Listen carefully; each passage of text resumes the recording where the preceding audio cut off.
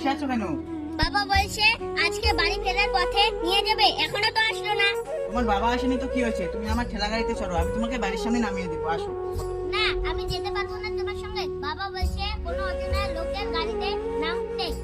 কেন? সেদিন যে তুমি আমাকে জল দিলে, আমি তো জলটা খেলাম, এখন আমার গাড়িতে চলো, আমি তোমাকে নামিয়ে দেবো। ঠিক আছে কাকু, তাহলে তোমার গাড়িতে এখন আমি যাবো।